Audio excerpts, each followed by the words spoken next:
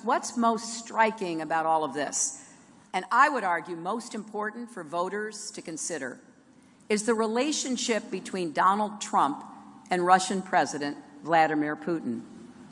As former Secretary Madeleine Albright put it, and I quote her, "We have never seen a mind meld of the kind between the Russian leadership and a candidate for the presidency of the United States." Michael Morell, who ran the CIA and grew up just a few miles from here, has said that Putin is manipulating Donald.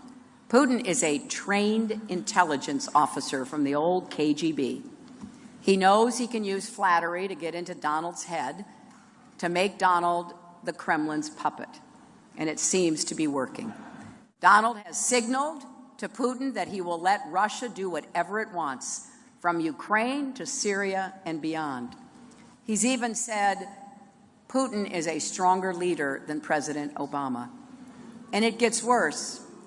The U.S. intelligence community has now confirmed that the Russian government, which means Putin, is directing cyber attacks against targets in the United States to influence the outcome of our election.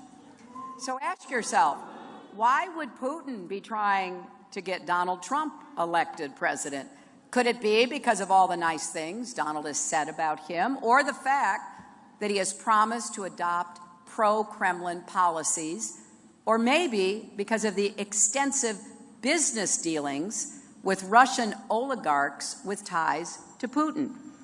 Now, since Donald won't release his tax returns, and don't hold your breath, we don't know the full extent of his business relationships, but what we know is disturbing, and we know this. We are dealing with something unprecedented in the history of our country, a foreign adversary trying to influence our presidential election. That should scare everyone, Democrat, Republican, and Independent. And with the election just 8 days away, this can't wait any longer. Donald Trump should immediately disclose all of his ties and connections to the Kremlin and its associates.